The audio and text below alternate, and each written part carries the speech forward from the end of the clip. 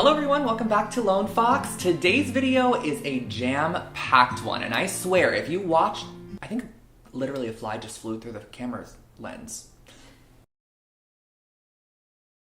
What I was saying before being rudely interrupted by Miss Fly was that if you watch today's video, I swear that your next makeover, your next transformation, your next little decor venture, it's gonna be that much easier because some of these decor tips and tricks are honestly mind-blowing. I know myself when I'm scrolling on TikTok or another social media platform and I come across some form of like home hack, I'm always like, why did I not think of this? Like, how did I not think of this hack? And so today I'm compiling 20 of my favorite hacks, and some of these are on the smaller side, some of them are larger ones, but all around, if you watch all of the hacks in today's video, I swear you're gonna find at least one thing you're probably going to turn off your computer and go do right after watching this, so let's go ahead and dive on into the first. Now, have you ever had a taper candle that doesn't fit in its holder? For example, this one, literally right here, right next to me. It doesn't fit because sometimes taper holders are a bit larger. There's different sizes of taper candles, but there is an easy workaround if you have a taper candle in a holder that you really want to use, and that is simply to melt the bottom side of your taper candle with a lighter or a match and let the wax drip into the taper candle holder, and as it's still hot, press it into the holder, and it's actually going to melt into the holder and kind of stand in the exact position that you want it to. And let's just say you make it a bit crooked when you stick it in. Don't worry, you can pull it right out, remelt it, and at some point you're gonna get it straight enough to where you like it, and it's gonna be stuck in the holder pretty well. My next tip is to remove sticker residue from your decor pieces. Now, I know that there's the whole blow dryer tip to kind of like heat it up and remove the sticker, which is great, but I always feel like there's still like a little bit of film up. Oh my god, it's back. I see it. It just landed on the camera. Absolutely not. But I always feel like there's like a little bit of adhesive left. Now, what I've always done to remove sticker residue, and I don't know why I haven't seen many people do this, is just to simply flip your piece over, add a little bit of water from the faucet right on top, and just let it sit for 20 or 30 minutes. That water is gonna actually break down the adhesive, break down the paper label itself, and it's literally just gonna wipe off. It kind of gets really soggy and comes right off the top of your surface. So if you have like a brand new set of cups or like a whole dishware set, I find this a lot easier than having to heat up every single one, remove them all, and then wipe it down, you know? This is just kind of like a one-step solution. If you're somebody that loves to decorate with flowers, this is a great tip for you. Now, if you have a vase that is oversized, you know, really large, which I love doing as well. This vase back here is pretty large, but if I have some fresh florals and I have a really large vase I want to put them in, always realize that you can actually add a smaller vase into a larger vase, and it's going to consolidate all your flowers. You can even elevate that smaller vase inside so that they kind of fill up the vase itself. For example, I have this really beautiful terracotta Our House vase that I got during Christmas time, and I love putting fresh flowers in here. However, you can't put water in this vase, and also the entire vase itself is just so large that the flowers most likely would sink to the bottom. So what I did was actually popped a ramekin in the bottom of that vase, a smaller glass vase on top with water in it, and then arranged all my flowers on the inside of the glass vase with the water. So it still gets fresh water, it also raises up your flowers a little bit, and I feel like it overall just makes the arrangement go a lot easier and not as challenging with, you know, pieces kind of falling deeper into the vase. Now, if you've ever watched one of my living room makeovers in the past, you would know that I love sectioning my decor. I always do my coffee table sections, but it's actually something that I utilize in every single space in my apartment.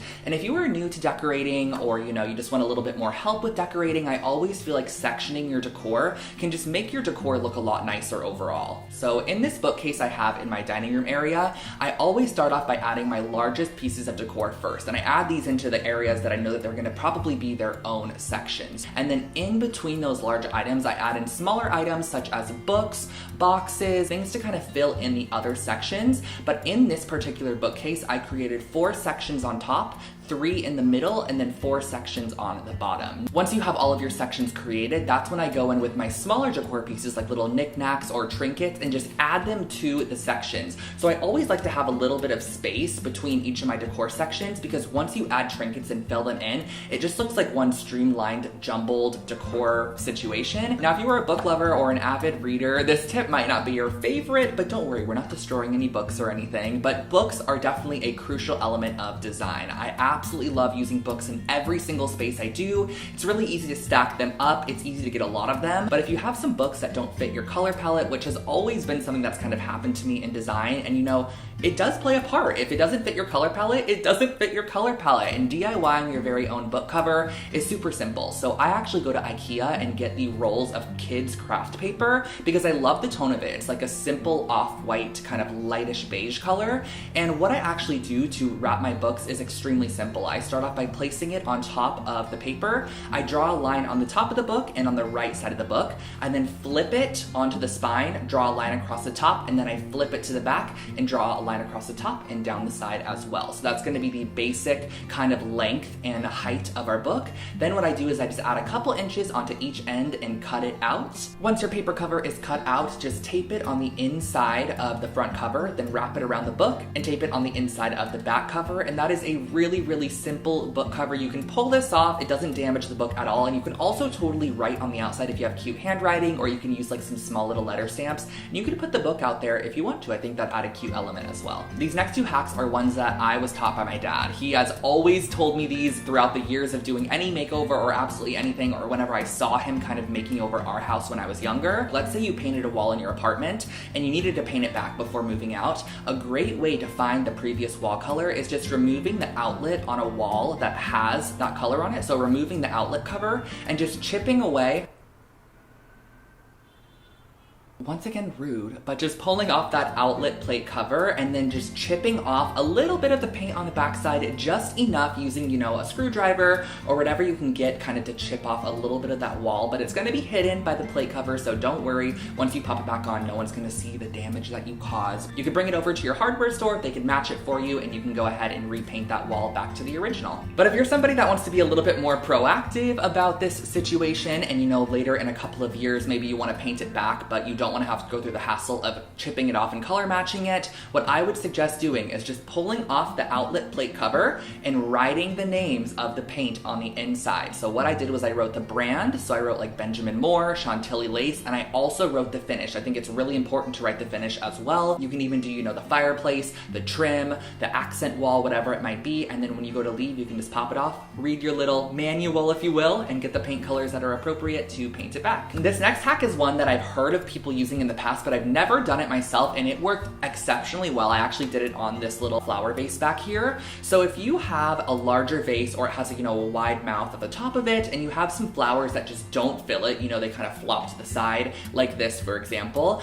I suggest just taking a little bit of clear tape. Now, I'm using some gift wrap tape, so you can actually kind of see the process of it, but I'm going to just create a grid over the top of my vase. And this is going to allow you to insert the different flowers or different stems or, you know, greenery into your vase so that it spaces it out and it gives it a more full look without having to get more flowers or more greenery. So if you don't have enough to fill it up but you want a full look, this is a really, really great workaround. This next hack is one I learned from TikTok probably about a year ago, I'd say. I came across a video where this guy purchased this little product called a fill stick, and what it was essentially kind of like a crayon, like a waxy material, but how you would use it is you'd actually go over the top of any nail holes or any areas that you needed to fix. So let's say, you know, you're a renter and you're moving out again. This is a great product to just go pick up at the hardware store or on Amazon. I'll link it below for you. And all you have to do is just scribble this kind of crayon situation over the top of the hole, and it fills it in perfectly. So you can do this on baseboards, you could do it on scratches in the wall, anywhere that you would essentially apply spackle to, you can use the fill stick, and I just find it to be a lot easier for a quick fix. And you can paint right over the top of it and you are good to go. Our next two tips focus on the bedroom, and particularly the bed, which is always the focal of a bedroom anyways, which is great. So this is a really nice way to get smooth bedding, because sometimes I know like linen is a very popular material for bedding, but it's always very wrinkly and creased, which kind of bugs me, not gonna lie. So a great way to get a smooth finish is after you lay down your sheet, just go ahead and take a spray bottle and fill it up with just plain water that has a really fine mist to it, and just slightly mist it over the top of your sheet, and then just kind of pull it as you're working with it, and pull it, and as it dries, it's actually gonna dry perfectly flat. You can do the same exact thing with your duvet as well, and you can totally totally keep a spray bottle of just plain water in your bedside table and do it every single day to have a nice clean bed. And our next tip is how to put on duvet covers and pillow shams the easy way. So I am somebody that is always struggling with my duvet cover. You see me like literally standing on my bed trying to fidget with it. I'm trying to like get inside of it, put my duvet in there, tie the knots on the corners. It's just always a mess. But there's actually a really great technique to do this that a lot of people knew about and I never knew until recently, and you guys, you gotta try this. So basically what you do is you're gonna take your duvet cover and flip it inside out and lay it on top of your bed with the opening towards the bottom. So once you have this flattened out on your bed, you're going to lay your duvet insert over the top of that as well. So it's just fully flat and we're basically creating a layer of duvet and comforter right on top. Then what you're gonna do is from the top of the bed, you're gonna roll it down like a burrito all the way to the bottom. And then on the opening, on the bottom corner where that duvet opening is, you're actually gonna flip that corner over the top and wrap it around and do the same thing on the opposite side as well. And then just simply unroll it back up to the top of your bed. And your duvet insert has now been inserted into the duvet cover. So simple and easy, you guys. It's crazy how that hack works. And as you do it a couple of times and get a hang of it, it's just a lot easier. You can roll it up and roll it out in like a minute. And you can actually do the same thing with pillow shams as well. Just flip your pillow sham inside out fully and put your arms inside the pillow sham, grabbing the two corners. Then grab the two corners of your pillows and just flip the sham kind of off of your arms and onto the pillow, roll it down, and that is how to easily apply a pillow sham onto your pillows. I wanted to include this tip because it's honestly so cute, and I don't think this is something that you guys are going to utilize every single day, but if you do have a guest coming and staying with you, I think this is such a cute little just added touch to their bathroom space. So I came across this on Pinterest. I think it was like a 5-minute craft style hack,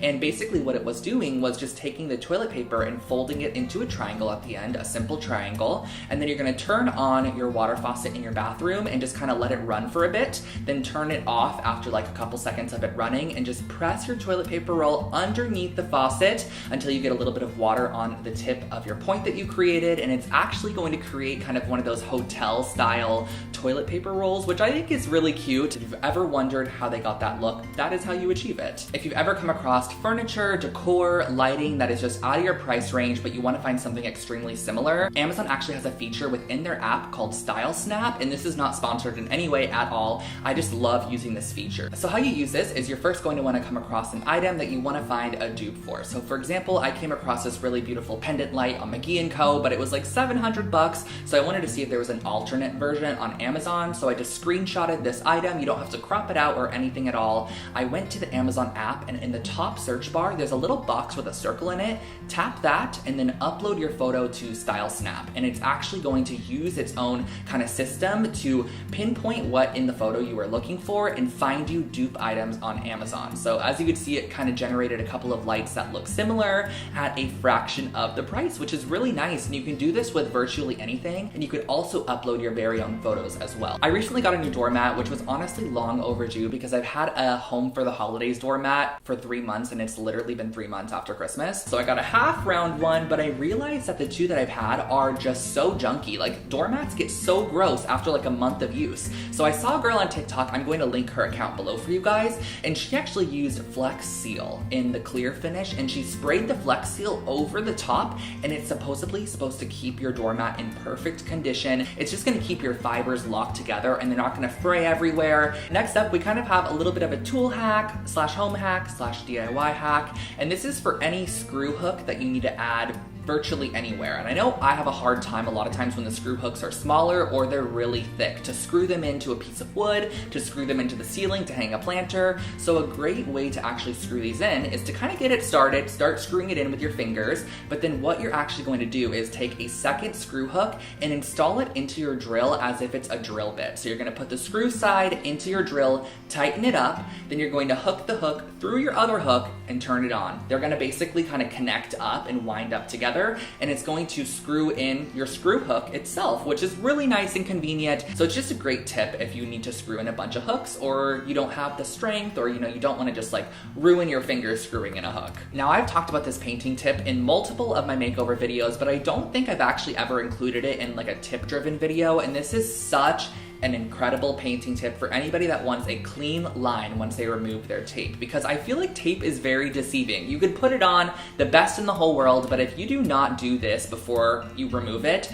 I swear it always bleeds. Like, how does it always bleed? So a great way to make sure that it doesn't bleed is just to paint the original wall color over the top first. So you're gonna put your tape down, then you're gonna go in with the wall color that's underneath your tape, or the wall color that is already on the wall. You're gonna paint that onto the area that you're gonna be painting your new color, and this is the paint that's actually going to bleed. So anything that bleeds is going to be the wall color, so it's gonna be virtually invisible. And then once that dries down, you can go in and apply your new color. Now on the left side of this tape, I'm just applying the color as if you were just to do the tape on the wall. And when I remove this, you can see how clean the line on the right is. If you want a super clean line, or you're doing stripes on the wall or something along the lines of that, this is a great tip. Just apply the first color and then your second color, remove, and you're golden. If you're somebody that really hates seeing the cord fall if you have a wall-mounted TV, but you have a media console underneath your TV, this is a great hack for you. So what I actually did in my personal bedroom was I ran the cord on the back side of the TV to one corner. I pulled mine to the bottom right corner, and I just used a little bit of tape to adhere it on the back side of that bottom right TV corner.